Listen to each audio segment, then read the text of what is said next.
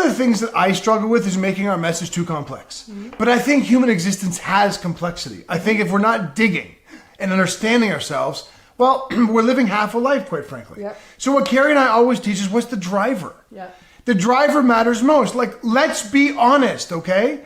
I used to punch walls. That was my emotive way of releasing anger and frustration. Would Colleen say to me, just let the fist fly?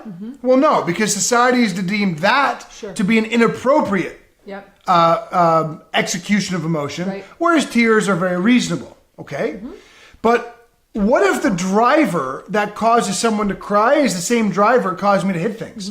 An irrational, delusional state of bound nature that doesn't actually need catharsis, it needs perspective. Right. So I think I cry. You cry. Crying is a beautiful thing. But Sawabona, we must understand ourselves. What's driving our compulsive need to shop or to cry or to seek comfort or to overeat or to overexercise? That's the problem.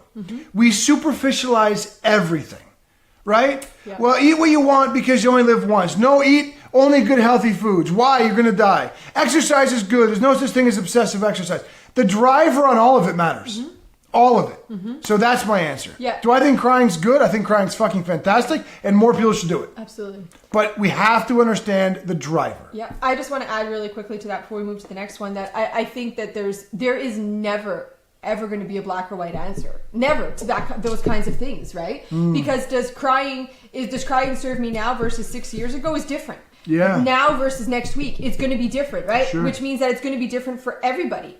Every single person is going to have a different driver behind it. And I think that, you really hit on it when you said you've got to assess the drivers. Yes. Because the most, if you guys didn't catch it, I put out a post on Saturday about masturbation. Go read it. I'm not going to go into detail it's a about it brilliant right now. post, yeah. But the whole point of the post was, what is your driver for why you masturbate? And for some people, it's incredibly self-loathing, and that's something that I unveiled about myself from years ago. Yeah. And a lot of people chimed in on that. For some people, it's not. But I think that what we have to do is we have to look in the mirror, and we have to choose to go a little bit deeper than the superficial, because that's where we find the levels of ascension that we're really looking for. 100%. By the way, Colleen, I'm with you. I cry more in happy moments than I do in sad ones. Right.